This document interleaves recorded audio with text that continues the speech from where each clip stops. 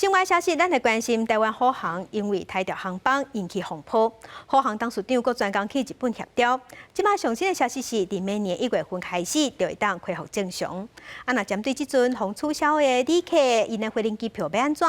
虎航是表示会当改换别班，也是退票，拢袂收手续费。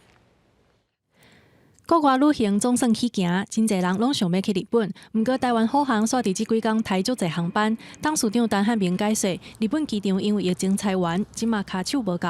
加在经过协调以后，台湾虎航会派30名员工过去支援地面的勤务，上紧明年1月就会恢复正常，而且还阁有可能增加班次。新签税我们目前是减到1周是3班，但是经过这一次的沟通，我们将会恢复到1周7班。那在大阪的部分，原先的每周6班，经过这一次的沟通，会再增加7班。台湾虎航在东京，包括成田跟羽田机场，共计每周会有29班。除了增加班次以外，陈汉明讲，若准日本第2线、第3线的城市，到时阵袂赴迎接旧历过年的游客，嘛会评估增加迄附近的航班，配合当地的车辆接流。上重要的是，即马已经买票的人，伫年底之前想要退票也是换班次，拢毋免阁付钱。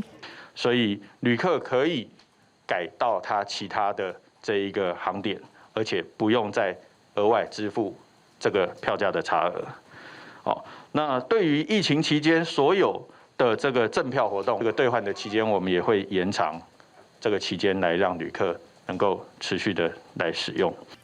疫情解封，国际线的旅客愈来愈多，台湾虎航提出应对的措施，希望尽量减少对民众的影响。